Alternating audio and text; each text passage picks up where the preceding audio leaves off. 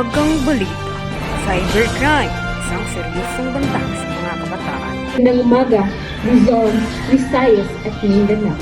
Sa ating pag-uulat ngayong umaga, tututukan natin ang isang isyong mabilis na lumalagana at nagdudulot ng isang malaking panganib sa ating mga kabataan.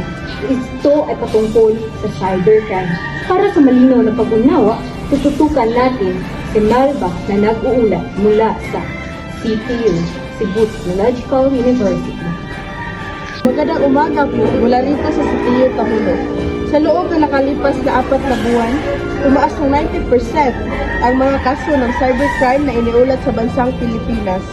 Ang mga kabataan dahil sa kanilang madalas na paggamit ng internet at social media ay lalong naging madaling biktima ng iba't ibang uri ng scam at phishing hanggang sa cyberbullying at online sexual exploitation. Nakapanayam ko po si Dr. Shem Mahusay, isang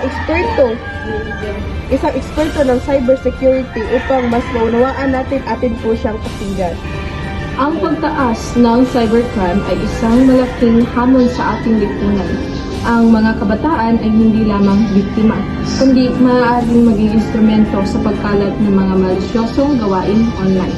Kailangan ng masusing edukasyon at pagtutulungan ng mga magulang, paaralan at pamahalaan upang maprotektahan sila.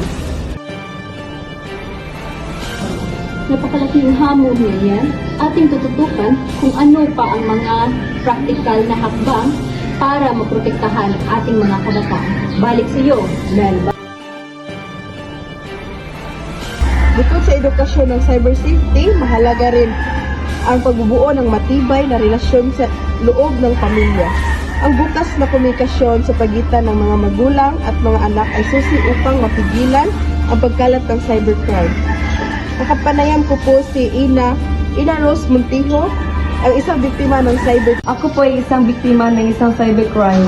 At ngayon ay isa na akong graduating student at ang naranasan ko ay isang aral na para sa akin at sa iba ay huwag matakot humingi ng tulong kung kayo ay nabiktima. Maraming organisasyon at individual ang handang tumulong. Kung Melba sa inyong ulat, tandaan natin na ang ating kaligtasan online ay isang collective responsibility. Muli, salamat sa panonood. Ito ang Katotohanan TV. Walang inuurungan, walang pinoprotektahan, serbisyo katotohanan. Nagbabalita, Elizabeth Ortiz.